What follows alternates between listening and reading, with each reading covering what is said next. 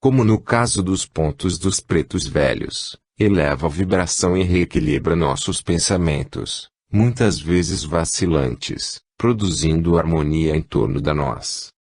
Com efeito, eu respirava mais aliviado. Após uma pausa ligeira, Wallace prosseguiu. É pena que muitos amigos encarnados desconheçam o poder da alegria, da música e dos cânticos de ordem elevada, pois, do contrário, estimulariam as pessoas a cantarem mais nas casas espíritas. Diversas vezes, as reuniões se assemelham à procissão de velório, tal silêncio constrangedor e enganador. Não entendi sua classificação de silêncio enganador, comentei.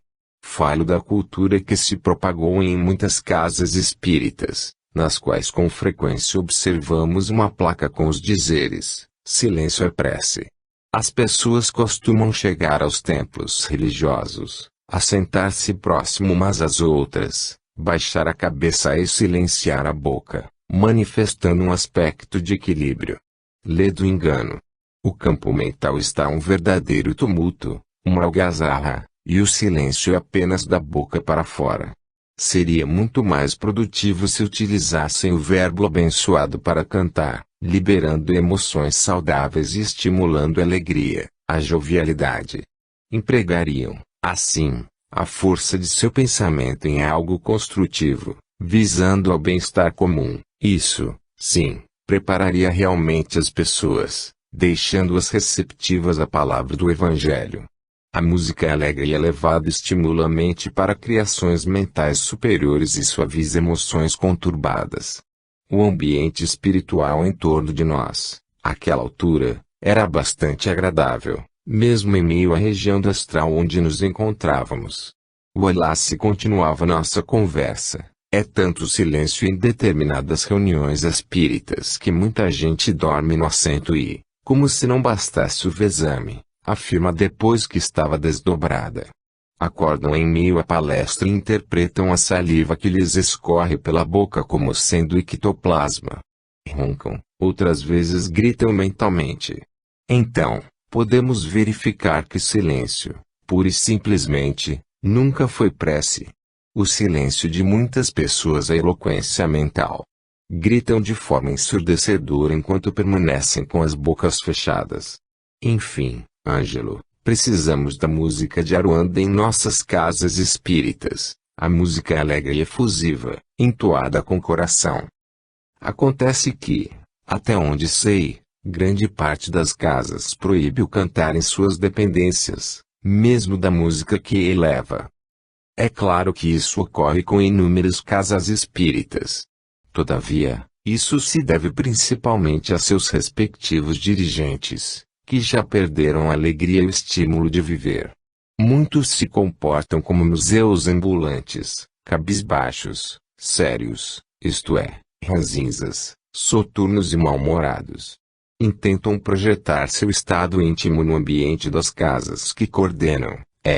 Para justificar essa atitude infeliz, vale até dizer que não se pode cantar ou conversar por ordem dos mentores. Se há mentores assim taciturnos, precisam de muita prece e terapia. Tem cada coisa acontecendo por aí em nome do equilíbrio e da disciplina. Cada casa espírita ou espiritualista é o reflexo de seu dirigente. Está aí uma realidade que não podemos negar. Se o coordenador ou a diretoria da instituição se caracteriza pela morosidade, pela atitude conservadora e antiprogressista, não gosta de estudar nem as bases deixadas por Kardec, fatalmente veremos um centro espírita imerso na escuridão, com um ambiente sob enganosa penumbra, tons de cinza nas paredes e no sorriso desbotado de muitos, aliás, geralmente poucos voluntários. Falta alegria e satisfação em servir, e toda mudança que possa arejar os velhos hábitos é a priori rejeitada. Por outro lado, caso os dirigentes se caracterizem pela jovialidade, espontaneidade e alegria e sejam dados ao estudo, estimuladores do progresso espiritual, certamente presenciaremos uma reunião efusiva, descontraída, um ambiente bem iluminado por lâmpadas, sorrisos e vibrações elevadas. As cores dessa casa refletirão o estado íntimo de seus dirigentes e frequentadores, primando pela leveza e pelo bom humor. Portanto, Ângelo, por sermos adeptos fervorosos da interpretação espírita codificada por Allan Kardec, não precisamos abdicar de aprender a cantar com os pretos velhos ou de deixar a alegria extravasar de nosso interior, celebrando a oportunidade de aprender com as leis da vida. Sob a vibração das cantigas dos companheiros de Aruanda, nos aproximamos vibratoriamente de uma região inóspita, que se localizava geograficamente além da zona rural que visitáramos instantes atrás. Deslizando sob os fluidos atmosféricos descemos até a superfície da crosta, e pude então observar direito o lugar. Era uma região montanhosa com muita vegetação ao redor. Observei que havia uma gruta incrustada na montanha, disfarçada sob as trepadeiras e outras plantas que lhe obstruíam o acesso. Vovó Catarina, apontando na direção da gruta, convidou-nos a entrar. Precisamos permanecer atentos, sem nos dispersar, falou Catarina. Observaremos sem sermos percebidos. Não pensem que poderão interferir naquilo que verão por aqui.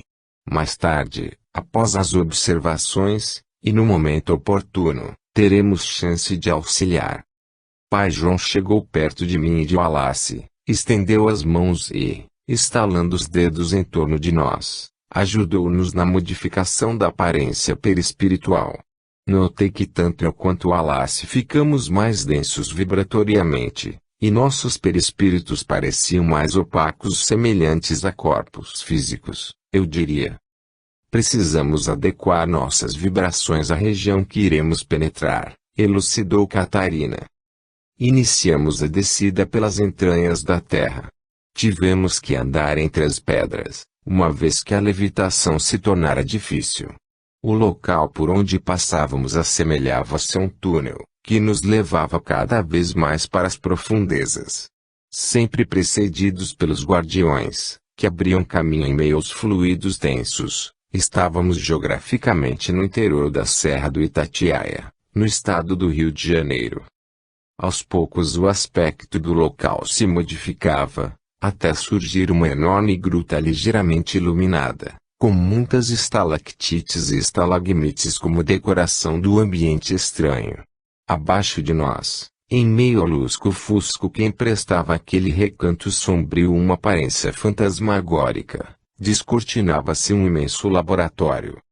De um lado, a aparelhagem sofisticada, que não combinava com a rudeza do local. Fiquei admirado com a tecnologia avançada, só comparável, talvez, no âmbito da realidade física, aos grandes laboratórios de nanotecnologia, bastante raros. Imagens tridimensionais representando corpos humanos eram projetadas a partir de equipamentos equivalentes a computadores, estruturados na matéria plasmática do mundo astral. Espíritos iam e vinham em silêncio tão sorumbático e profundo que a mim pareceu um estranho ritual. Do outro lado do ambiente, a situação era outra. Ocupados em desenvolver seu trabalho, que se afigurava minucioso, outros espíritos dedicavam-se à manipulação de diversas aparelhagens, cuja especificidade não me permitiu identificá-los de imediato. Catarina nos apontou uma abertura na rocha, que deveria servir como porta. Para lá nos encaminhamos e adentramos outro ambiente, que fazia lembrar uma enfermaria, equipada com instrumentos os mais diversos e aos quais não pude associar nenhuma utilidade. É claro, eu jamais vira algo parecido quando encarnado, e, portanto, não havia como estabelecer comparação. João Cobu e Catarina nos conduziram a um recanto afastado daquela sala incrustada sob as rochas. Deitado dentro de uma cápsula de grandes proporções, havia um espírito que parecia semilúcido, com aparência estranha.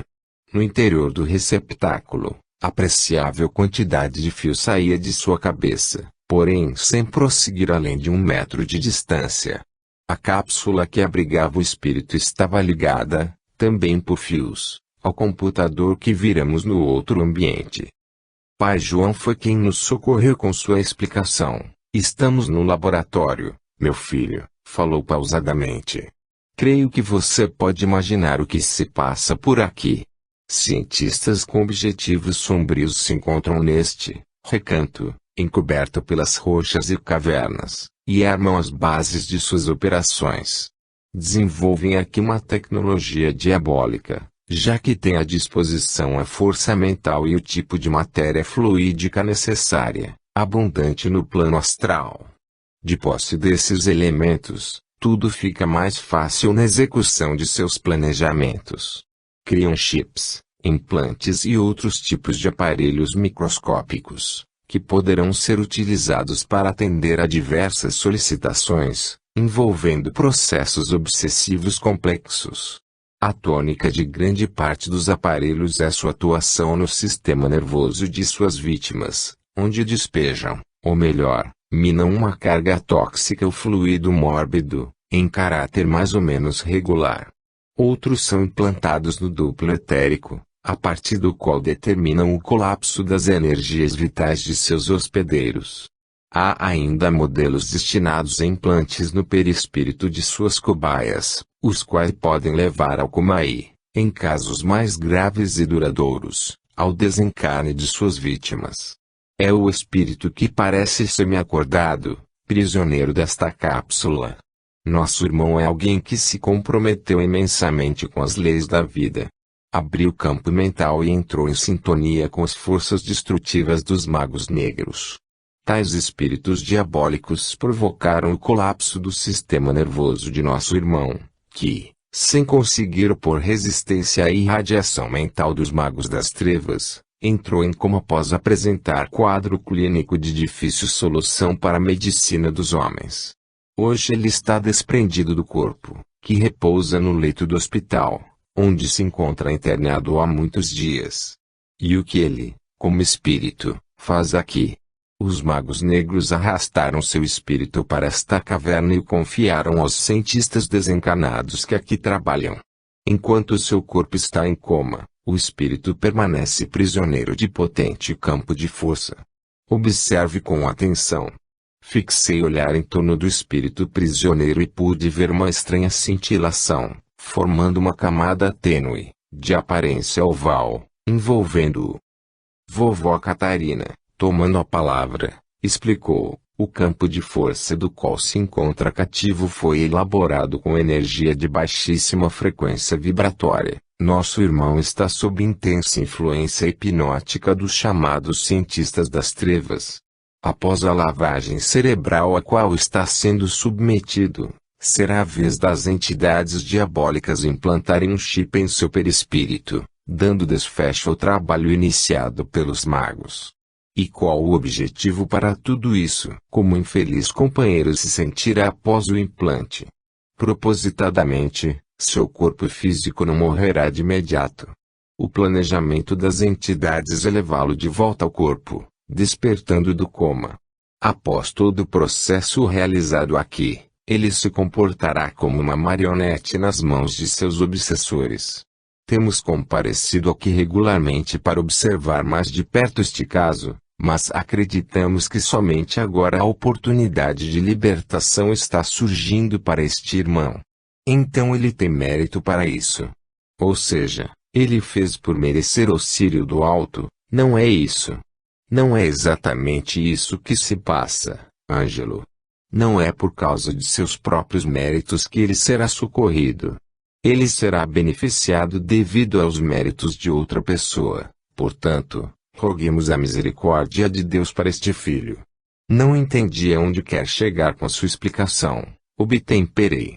Bem, meu filho, as entidades que provocaram o coma de nosso irmão e o transferiram para esta base subcrostal têm um objetivo bem mais amplo que simplesmente prejudicar nosso irmão. Exatamente, continuou Catarina, após a fala de pai João. Temos acompanhado há algum tempo este caso e descobrimos que o indivíduo que aqui se encontra prisioneiro mantém ligação muito intensa com determinado médium, que desempenha trabalho importante junto ao mundo maior. Como as entidades malévolas não conseguiram influenciar diretamente o médium, Apesar de todas as investidas de dificuldades desencadeadas em sua vida, imagine o que planejaram. Sei. Intentam agora, prejudicando este espírito, afetar o trabalho do médium do qual vocês falaram. Precisamente, prosseguiu a preta velha. Contudo, ainda mais coisa por trás disso tudo. Querem transformar o infeliz, depois de retirá-lo do coma, em médium de seus desmandos. Por isso o intenso processo de hipnose e o implante do aparelho parasita em seu perispírito. Uma vez submetido ao poder das entidades perversas, será conduzido à mesma casa espírita onde trabalha o referido médium. A partir daí, o aparelho parasita entraria em ação, projetando imagens de espíritos e ambientes extrafísicos na mente do infeliz. Fascinado com a mediunidade que despontaria exuberadamente, ele investiria no domínio sobre todo o agrupamento. Afetaria e comprometeria a tarefa original, programada para o outro companheiro, que detém a verdadeira responsabilidade sobre a comunidade espírita a qual está vinculado. Após acordar do coma, o plano dos magos e cientistas é conduzi-lo à presença de companheiros espíritas, que o verão como médium em potencial, embora esteja apenas vendo e ouvindo imagens e mensagens previamente implantadas em seu espírito. Meu Deus! Exclamei, atônito. Nunca imaginaria que isso fosse possível. Isso ocorre com mais frequência do que você imagina, meu filho, tornou o pai João. Nós, os pretos velhos, que nos especializamos na manipulação de ectoplasma, podemos penetrar nestas bases dos subplanos do astral e impedir que tais situações sejam levadas a efeito. Por isso nossa atuação tão intensa no astral. Mas não nos detenhamos por aqui. É preciso compreender o significado disso tudo a fim de auxiliar com precisão e assertividade. Há porventura alguma semelhança entre os processos de enfeitiçamento, que presenciamos anteriormente, e o emprego de aparelhos parasitas, como os que aqui são criados pelos espíritos cientistas? Embora o uso da técnica ou da nanotecnologia astral, a essência do processo é a mesma, meu filho. Tanto quanto o sapo e os demais répteis, ou ainda os diversificados objetos utilizados na feitiçaria, os aparelhos parasitas se constituem em potentes armazenadores de energia. São transformadores ou acumuladores da intensa força psíquica desencadeada pelos criminosos contra as vítimas de sua agressão. Contudo, há que se observar algo de particular quanto à execução do processo em si. No caso específico dos aparelhos, chips e outros aparatos, produto da tecnologia astralina, não há um correspondente físico, o que lhes confere um certo diferencial estratégico, digamos assim, devido à sua descrição. São instrumentos manipulados diretamente na matéria astral, de acordo com os desenhos e o planejamento de seus construtores infelizes. Não posso compreender, pai João, a motivação de espíritos como esses, que se prestam voluntariamente ao desenvolvimento dessa avançada técnica do lado de cá, somente para prejudicar, impedir o progresso, o bem. Como não, meu filho? Na Terra não vemos se multiplicar a indústria do aborto, das drogas ou dos medicamentos manipulados por hábeis homens de ciência, que se vendem em troca do vil metal. Porventura não são cientistas, médicos, químicos e outros especialistas que desenvolvem os produtos utilizados nas guerras químicas e biológicas, para atender aos interesses egoístas de personalidades influentes e governantes mesquinhos. Transpostos para a dimensão astral, do lado de cá prosseguem seu projeto abominável. São marionetes inconscientes na mão de inteligências desencarnadas, cujos objetivos insuspeitos ainda vão além daqueles cultivados por eles e seus comparsas encarnados. Na verdade, é como uma teia, ou uma rede inescrupulosa de domínio e subjugação. Quem submete um grupo se acha em posição de vantagem, mas, cego em virtude de seu orgulho, não percebe que está atendendo aos interesses de outros mais capazes, e assim sucessivamente. Compreendo, portanto, O que vemos aqui também pode ser classificado como magia, se considerarmos que, no processo de obsessão complexa, isto é, com o emprego de aparelhos parasitas, também ocorre a manipulação magnética ectoplásmica que caracteriza a magia negra. Desse modo, pode-se afirmar que a diferença está na forma exterior, no método, pois os objetivos e princípios aqui aplicados são os mesmos. Pai João, se pudéssemos fazer uma sinopse desses intricados processos de influenciação, poderíamos. Vamos por parte, meu filho, interrompeu-me o preto velho. Por ora, examinemos os elementos presentes nesta história. De um lado, temos a magia primitiva dos magos das trevas, encarnados. Do outro, na dimensão astral, a força mental disciplinada, a vontade firme dos magos negros, cujo poder lhes foi conferido em anos e anos de preparação nos templos iniciáticos. Em épocas remotas, locais como Lemúria, Atlântida, Pérsia, Babilônia, entre outros reinos e nações, foram palco para a iniciação espiritual de tais magos, que receberam o conhecimento e os paramentos de que dispõem. Muitos deles, reencarnados no presente, são os médiuns que utilizam sua técnica e bagagem espiritual para os nobres propósitos do bem. Outros, no entanto, permanecem ainda reféns de seus instintos e paixões, sobretudo da ambição de domínio, e do lado de cá tratam de perpetuar as investidas do mal contra as obras da civilização. E os cientistas, Pai João, em que momentos se integram essa história trágica?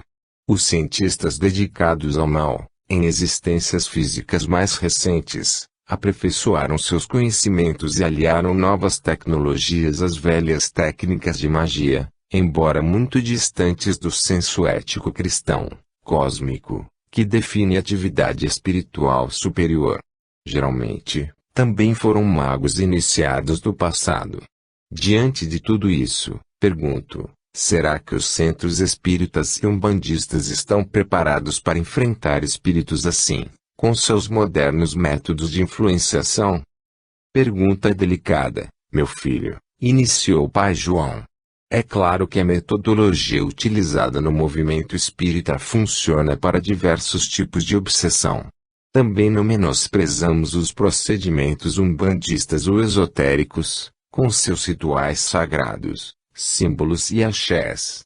No entanto, para solucionar a problemática das pessoas afetadas pelas síndromes oriundas de obsessões complexas, como a dos aparelhos parasitas ou da repercussão vibratória de encantamentos e enfeitiçamentos realizados no passado remoto, assim como para enfrentar a ação destruidora das energias elementais, utilizadas pelos magos das trevas, a metodologia consagrada é ineficaz. Temos que convir que tanto a simples doutrinação das mesas kardecistas, aliada aos passes, quanto as defumações, os ebós, as oferendas e os rituais da Umbanda não são suficientes para debelar os prejuízos causados. É preciso, como dissemos antes, atualizar o método de trabalho e o conhecimento, equipar-se e equipar os médiuns com a vivência da ética espiritual e cósmica. Em razão disso, e com o objetivo de auxiliar nossos irmãos que se esforçam com a metodologia espírita os trabalhos umbandistas, é que o alto permitiu as descobertas e os esclarecimentos que as leis da apometria trouxeram. Para o momento histórico que atravessa o planeta, a apometria é um recurso muito precioso, expressão da misericórdia daqueles que nos dirigem. É urgente dar mais vida e mais ação às reuniões monótonas de muitos centros espíritas, destituídas de vitalidade, sem a tentativa de umbandizá-las ou criar rituais exóticos e conflitantes com as práticas indicadas por Kardec.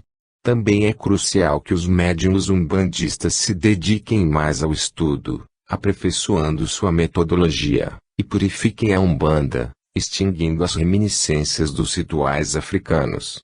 Redescobrindo a Umbanda como lei maior, a Umbanda se aproxima cada vez mais dos sagrados objetivos para os quais foi inspirada, na terra abençoada do Cruzeiro. É preciso desafricanalizar a Umbanda e, em ambas as filosofias, Espiritismo e Umbanda, incentivar as expressões de espiritualidade, cada qual guardando seus métodos próprios, avançarão sem se confundirem nem haver fusão entre si.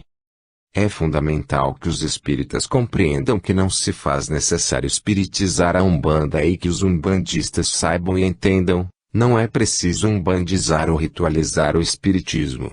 Os médiuns e dirigentes umbandistas e espíritas trabalham todos sob a tutela da espiritualidade superior, cada um à sua maneira e com um público-alvo distinto. Do lado de cada vida, não temos departamentos nem escolas iniciáticas separadas pela preferência religiosa. Não há um departamento católico, outro espírita, umbandista ou evangélico. Os espíritos esclarecidos, que trabalham sob a orientação maior para a evolução do planeta, já estão além dos títulos e das preferências religiosas, bem como da arrogância de muitos religiosos. Para o enfrentamento da problemática obsessiva, com suas síndromes complexas, é essencial compreender, sobretudo, que a religião do amor está acima da religiosidade, que a espiritualidade de caráter universalista e cósmico está acima da atitude denominacional, partidarista, exclusivista ou sectarista, tão comum à ortodoxia dos movimentos espírita e umbandista. A palavra de ordem, como sempre costumo repetir, é fraternidade, união sem fusão, distinção sem separação. Compreendendo isso, que os irmãos espíritas, umbandistas e esotéricos se dediquem à investigação do psiquismo, à especialização das pesquisas mediúnicas e à aquisição de conhecimento. Urge ressuscitar no movimento espírita atual o gênio pesquisador, destemido e progressista de Allan Kardec, Gabriel Delano e tantos outros espíritas afeiçoados às pesquisas e à ciência espiritual. Precisamos de homens e mulheres que não se detenham na sopa, nos caldos e nos passes reconfortantes, nas sonolentas e intermináveis reuniões de doutrinação religiosa ou na catequização improdutiva. Há que se ressuscitar o interesse pela pesquisa científica espírita séria, desprovida de pompa e de complicações, como Allan Kardec preconizou, viveu e exemplificou. Enfim, como diz um elevado amigo espiritual, é urgente kardecizar o movimento espírita.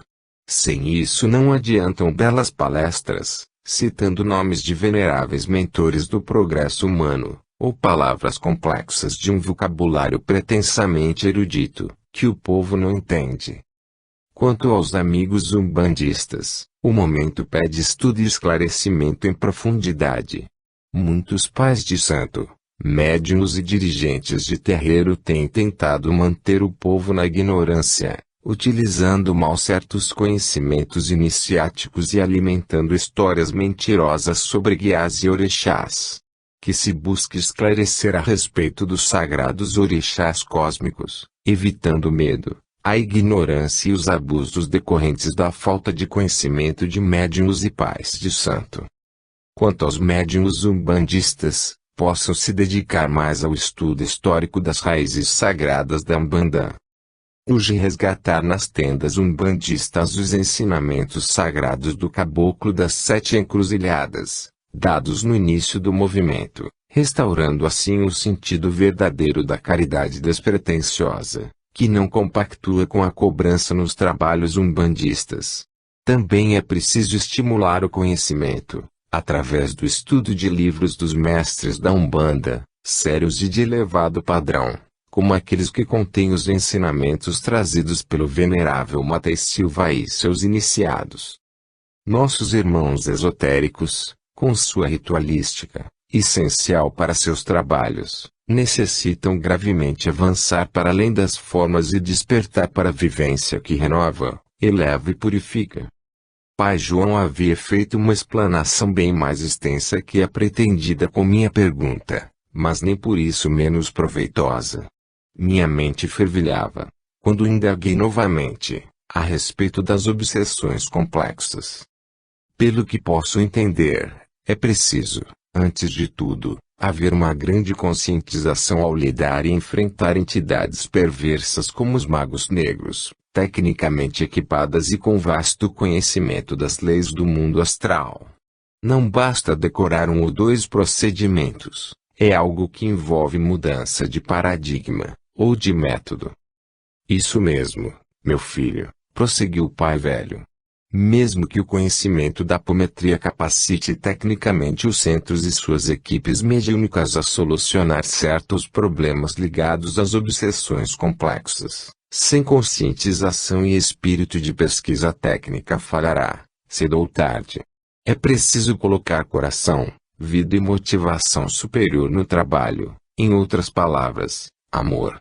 Sem isso, as campanhas do quilo e os passes espíritas ou os rituais e as bendições da Umbanda serão meras muletas psicológicas, práticas repetidas como se fossem fórmulas santificadoras, mas destituídas de eficácia. Após as explicações de Pai João, as ideias pareciam fluir de minha intimidade com mais intensidade.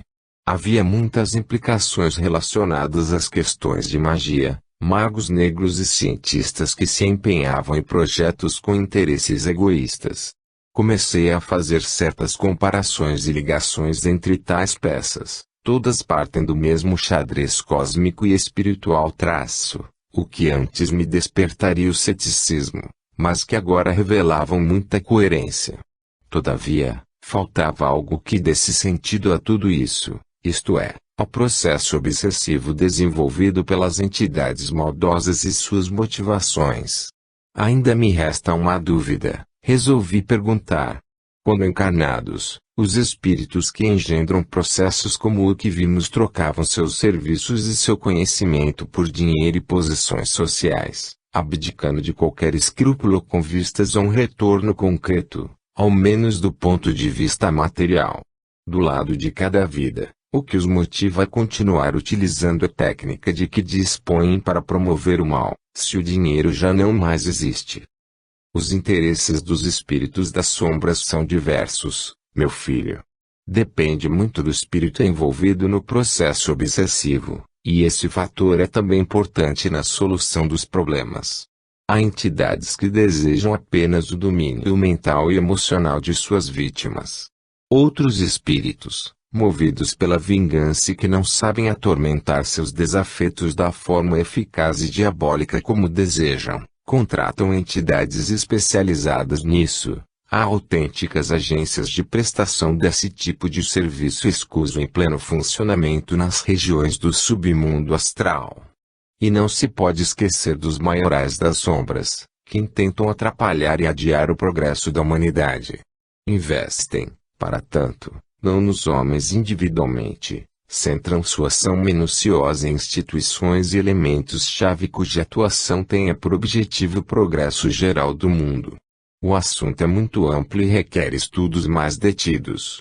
No entanto, filho, precisamos agora socorrer este infeliz companheiro, cujo espírito está prisioneiro nesta base de operações das trevas. Encerrando nossa conversa naquele momento, Pai João meneou a cabeça para a vovó Catarina, que sabia exatamente como proceder. Pedindo a mim e o Elace para permanecermos em prece, o preto velho chamou um dos guardiões, aquele que se denominava Sete, pedindo sua ajuda. O guardião imediatamente deixou o ambiente, retornando logo em seguida com mais espíritos, que lhe eram subordinados. Espalharam-se por toda a caverna no qual nos encontrávamos com enorme agilidade e destreza. João Cobu frisou novamente que eu e o Alace deveríamos apenas acompanhar toda a ocorrência, auxiliando através da prece. O grosso do trabalho ficaria por parte dos pretos velhos e guardiões, que a esta hora estavam munidos com armas que me pareciam lanças e tridentes elétricos, os quais utilizariam no momento propício. Notei que os pretos velhos Pai João e vovó Catarina adensaram ainda mais sua aparência espiritual. Pensei, por um momento, que se tratasse de duas pessoas encarnadas.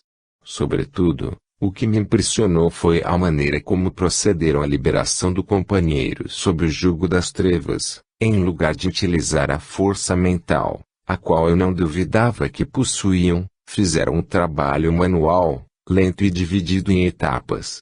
Desligaram primeiramente os aparelhos que mantinham a estranha cápsula prisão ligada. Eles literalmente arrancavam fios e desfaziam conexões com as próprias mãos.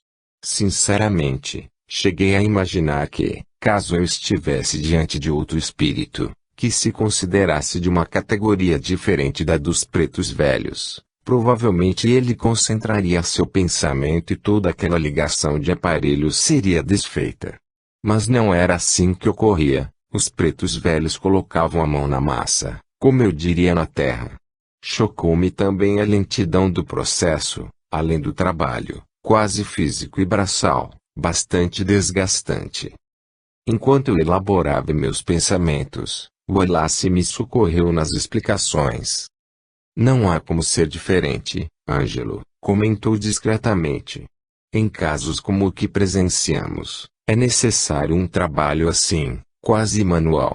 A cápsula retém o espírito prisioneiro ao mesmo tempo em que absorve fluido vital, ectoplásmico, de seu corpo físico em coma. O brilho que você pode notar, ora expandindo-se, ora contraindo-se, é o fluido vital que está sendo canalizado, sugado e armazenado na cápsula. Para as entidades malévolas, o ectoplasma e o fluido vital dos encarnados possuem um valor bem maior que o dinheiro e o ouro para nossos irmãos da Terra. Na hipótese de as ligações da cápsula de retenção serem desfeitas sem o devido cuidado, certamente se romperiam os laços fluídicos do infeliz companheiro com o corpo físico, que, do coma, passaria à morte cerebral. Veja, meu amigo, ponderou Wallace, como é importante o trabalho dos pretos velhos. Pacientes, detalhistas, não se importam em realizar sua tarefa de uma forma quase material com essa finalidade que adensaram ainda mais seus corpos espirituais. A libertação de nosso irmão é iminente, mas o processo é mesmo lento, quase físico. A partir da explicação de Wallace, conjugada com a ação que se desenrolava à minha frente, pude verificar como é único e valoroso o trabalho dos pretos velhos e sua falange de colaboradores. Eles penetram nos antros virulentos do umbral ou, como no caso que presenciei, invadem as bases das sombras, transubstanciam seus corpos espirituais e manipulam a matéria e os fluidos astrais com maestria e extrema competência. Aliada a essa habilidade, guardam a sabedoria milenar que arquivaram em sua memória espiritual e, disfarçados na aparência perispiritual de pais velhos, gozam de simplicidade e discrição. São, muitas vezes, antigos iniciados, sacerdotes ou hierofantes cujo passado está vinculado às remotas civilizações dos Atlantes, egípcios, persas e outros mais. Contudo, preferem o trabalho anônimo a se revelarem em sua verdadeira feição espiritual, sem ostentar seus conhecimentos, camuflam-se na roupagem fluídica de um ancião negro. Compreendi naquele instante o significado de uma expressão que ouvira certa vez, quando encanado, na cidade do Rio de Janeiro, mandinga de preto velho. A expressão se referia ao grande segredo de Pai Velho, sua evolução espiritual, que sabia dissimular muito bem com as palavras simples, o português coloquial e a roupagem perispiritual de mães e pais velhos, todas elas características distantes do ideal de evolução presente no imaginário popular. Fui interrompido em meu raciocínio pelo nosso querido pai João. A tarefa terminou por ora, meus filhos, asseverou calmamente. Temos de conduzir nosso irmão a um centro espírita e deixá-lo repousando. Depois veremos como lidar com este laboratório. Não seria o caso de levar o espírito de volta ao corpo físico, acordando do transe. Não é tão simples assim, Ângelo, socorreu-me vovó Catarina, que em seus braços trazia o espírito adormecido. Nosso irmão ainda está envolvido num potente campo de força, elaborado a partir de energias radioativas dos minerais do interior da crosta, o qual o retém na inconsciência. Para desestruturá-lo, precisamos de nossos médiuns. A manipulação desse tipo de energia primária só é possível com auxílio do psiquismo de encarnados. Portanto, meu filho, somente numa reunião mediúnica Saímos do local, e, quando transitávamos pelo outro ambiente do laboratório, notei que os guardiões, sob o comando do Espírito 7, estavam espalhados por toda a caverna na qual funcionava a base das sombras. Só então me dei conta de algo que julguei importante e urgente. Foi então que resolvi perguntar: mas os espíritos das sombras não sentirão a falta do companheiro que foi libertado de seu domínio? E se fizerem uma investida ainda mais determinada contra ele? Desta vez, no lugar de uma explicação, ouvi uma gostosa gargalhada de Pai João. Enquanto subíamos rumo à crosta, rompendo as vibrações primárias do interior do planeta e, mais especificamente, daquela caverna, Pai João ainda ria efusivamente. Quando parou, pôs-se a cantar. Ele é, afinal, hábil mestre, que utiliza a poesia de suas cantigas para ensinar seus tutelados. Se na casca da braúna tem demanda, eu quero ver a braúna braunar. Marcha, marcha, meus soldados de confiança. A música de Pai João prosseguia, e eu, com meus pensamentos tão lógicos e racionais, não conseguia compreender a mironga do preto velho. 12. Não penseis que a minha doutrina de Jesus se estabeleça pacificamente, porque os homens não me haverão compreendido ou não terão querido compreender-me.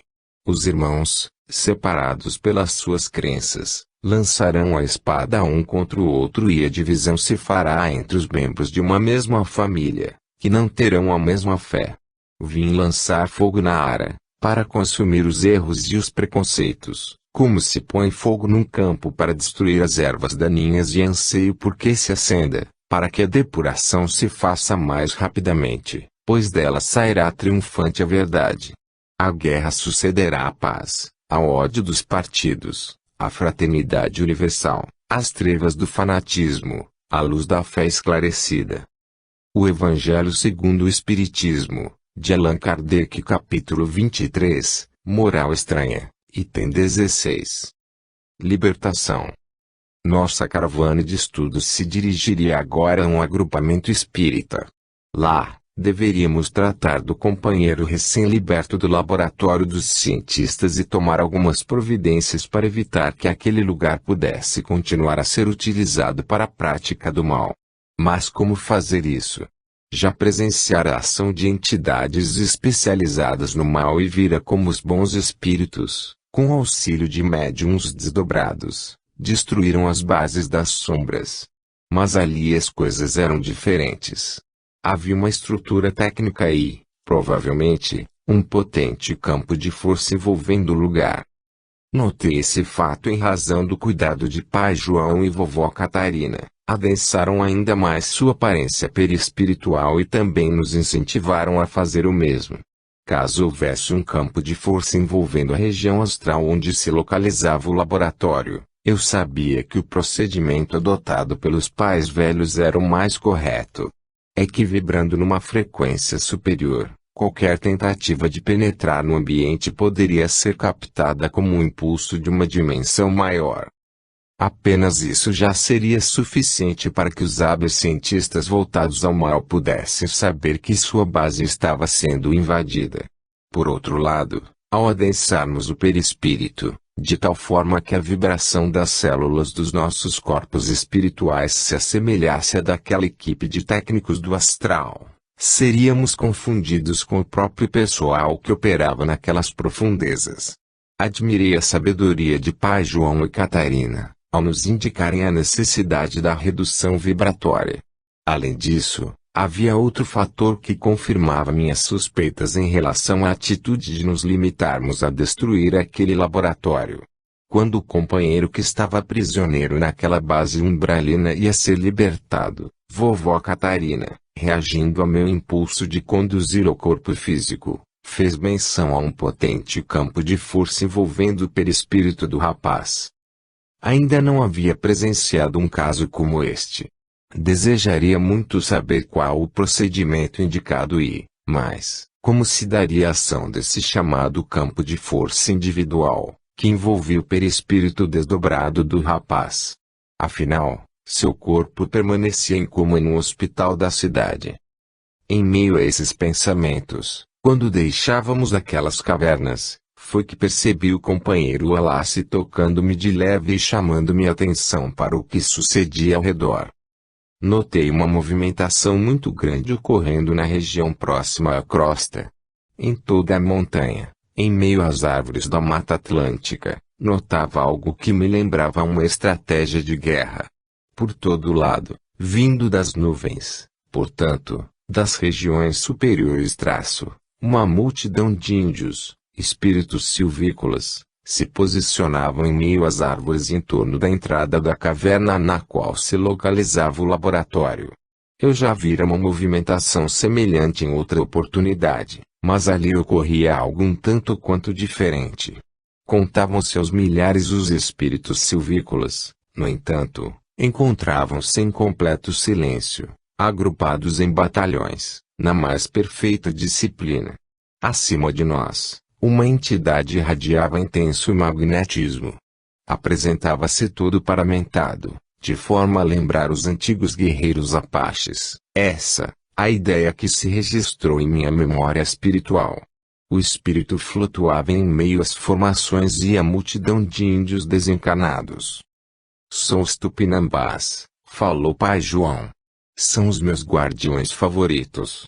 Competentes quando se trata de anular a ação das trevas, são profundos conhecedores da magia da natureza, hábeis manipuladores de ectoplasma e também do bioplasma retirado das plantas e ervas, que pertencem ao reino de Oxóssi, como diriam os amigos umbandistas. Eles invadirão o laboratório para destruí-lo e aprisionar as entidades que lá se encontram. Por ora, meu filho, explicou Pai João, eles ficarão de prontidão, apenas aguardando o momento propício para agir. Quando Pai João terminou de falar, o guerreiro Tupinambá que pairava acima de nós flutuou em nossa direção e saudou João Cobu, o Pai João, e também os outros espíritos da nossa caravana. Salve, meu pai, falou o espírito Tupinambá, estamos a postos com os índios puris flecheiros e os puris de aldeia, mais além. Nossos amigos caiçaras aguardam suas orientações. O que, caboclo? Respondeu Pai João. E, indicando determinada direção, continuou, quero que os puris de aldeia vasculhem aquele lugar. Sinto que existem outras bases incrustadas nas montanhas do Itatiaia. Leve consigo uma família de elementais e peça para que eles penetrem na terra até as profundezas. Sim, meu pai. Respondeu o caboclo Tupinambá, nome pelo qual a entidade se apresentava. Eu pessoalmente comandarei as buscas. Nada poderá escapar aos comandos dos puris nem à ação dos elementais. Vá, caboclo, ordenou Pai João, precisamos descobrir com urgência os planos das trevas. Quando terminar, traga o relatório para mim.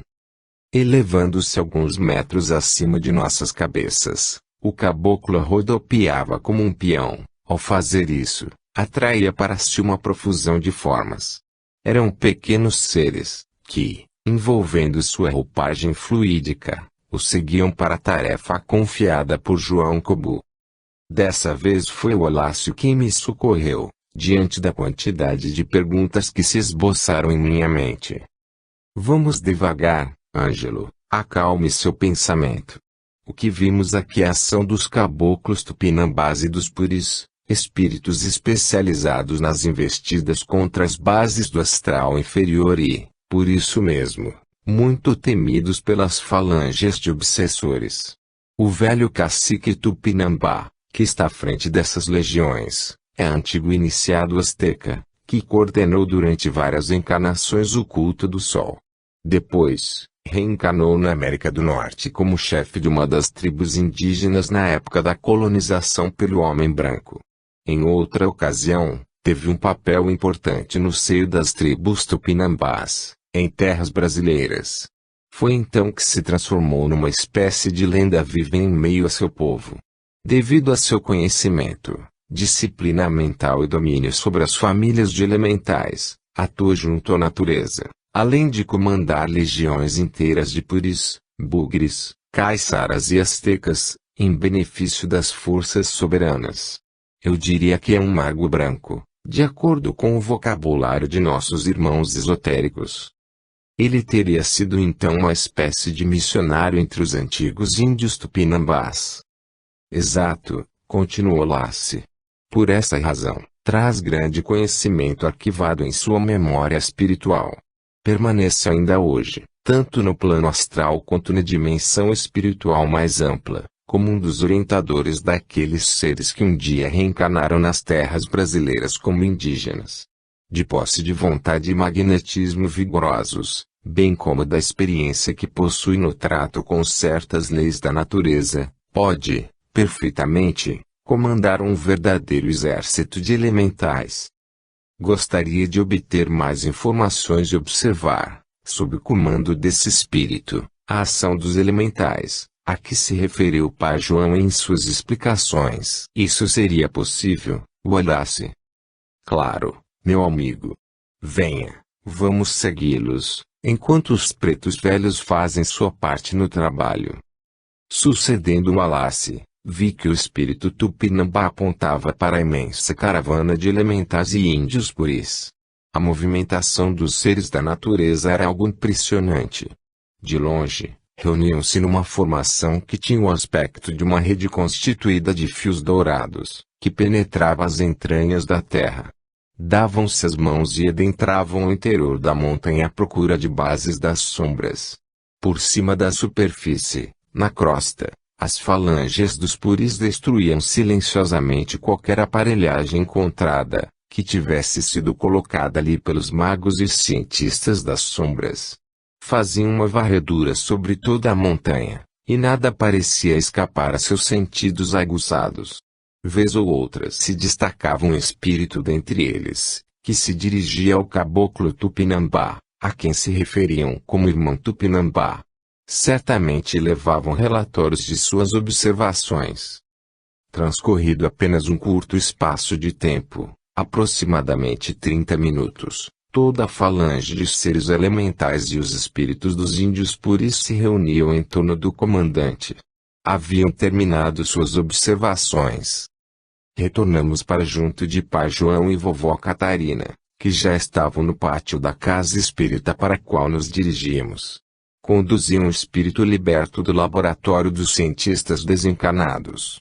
O tempo, nos relógios de nossos irmãos encarnados, era mensurado em segundos e minutos intermináveis. Mas, no que se refere a nós, que estivamos em outra vibração e dimensão, havia outros parâmetros para medir a sucessão dos acontecimentos. Por isso mesmo, vi meu espírito tão imerso na tarefa ao qual me dediquei com tanto afinco que não anotei quanto trabalhamos naquela noite.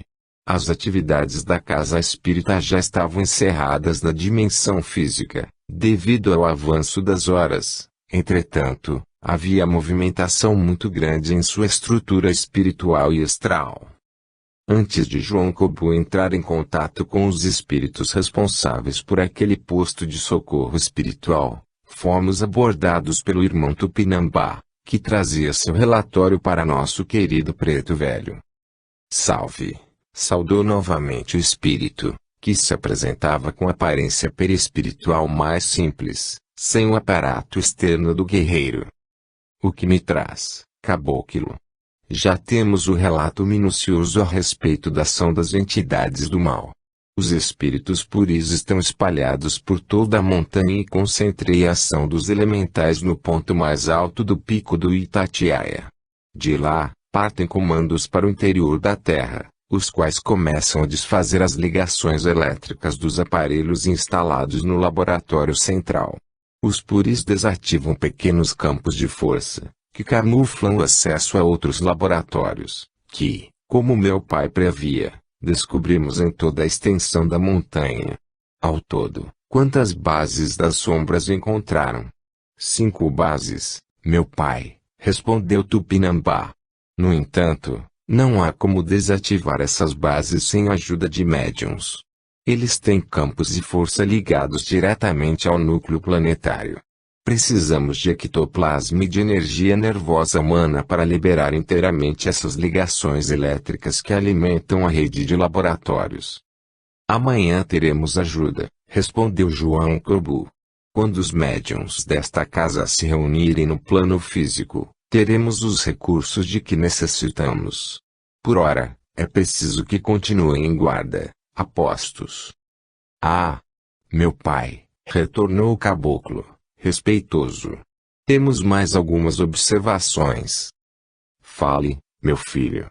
Os puris descobriram, com seus sentidos aguçados, que, em um dos laboratórios, existem duplicatas astrais de diversos traficantes e também de personalidades influentes da sociedade e da política do Rio de Janeiro. Acredito que os magos e cientistas estão utilizando esses duplos ou clones astrais para indução hipnótica. São dezenas deles.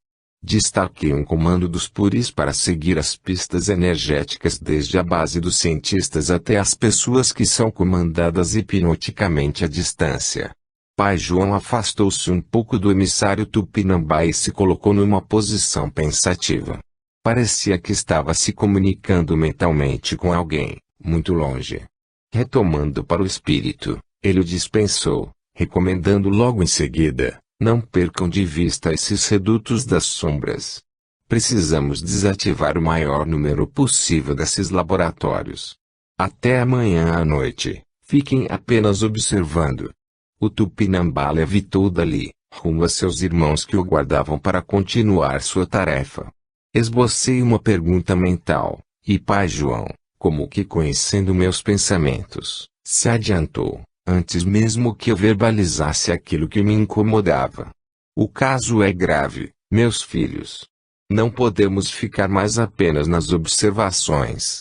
Recebemos orientação do alto para desativar a rede de operações das trevas. Os espíritos infelizes planejam algo assustador. Criaram as duplicatas astrais de marginais, representantes de comandos de extermínio da capital carioca, e de homens ligados ao governo. Caso levem a termo seus planos, esses companheiros encarnados, que já sofrem um processo obsessivo intenso, serão transformados em marionetes vivas nas mãos dos espíritos sombrios. Pretendem um domínio ainda mais completo sobre os encarnados aos quais se vinculam. Precisamos intervir urgentemente.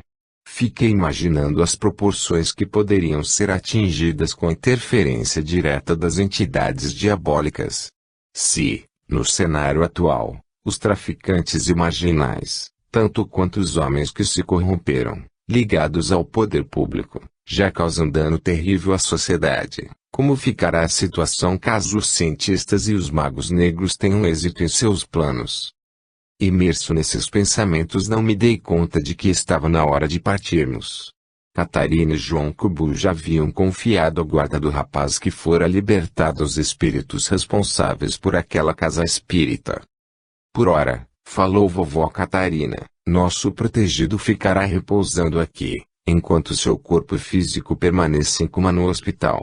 Amanhã, durante os trabalhos mediúnicos, veremos o que pode ser feito pelo nosso irmão. Embora não houvesse movimentação alguma aos olhos do plano físico, havia uma intensa atividade do lado de cada vida. Muitas equipes socorristas iam e vinham, ora trazendo entidades para serem assistidas, ora saindo a campo para levar os recursos terapêuticos que seriam ministrados a seus tutelados. Meditando em todas as implicações do enredo no qual nos víamos envolvidos, fui surpreendido pelo companheiro Wallace. Veja, Ângelo, viemos numa caravana de estudos e agora teremos de estudar ajudando. A lei da vida funciona assim. Não há como manter os braços cruzados ou nos dedicarmos exclusivamente à aquisição de conhecimento, sem nos envolvermos. Para amar e crescer é preciso se envolver. Por falar em envolvimento, Wallace, desejo comentar, principiei. Estou impressionado com a ação dos pretos velhos Pai João e vovó Catarina, bem como dos caboclos índios em toda essa empreitada. Nunca imaginei que Pai João e vovó Catarina trabalhassem de modo tão intenso. Não que os imaginasse repousando, você me entende. Refiro-me à natureza das atividades desempenhadas por eles. Nem mesmo sabia que possuíam tão grande ascendência em relação à legião de espíritos conhecidos como caboclos e também sobre os seres elementais. Isso é algo que merece consideração, Ângelo. Por trás da aparência simples de um preto velho ou de uma preta velha, há uma sabedoria ancestral camuflada com a postura do velhinho desencanado.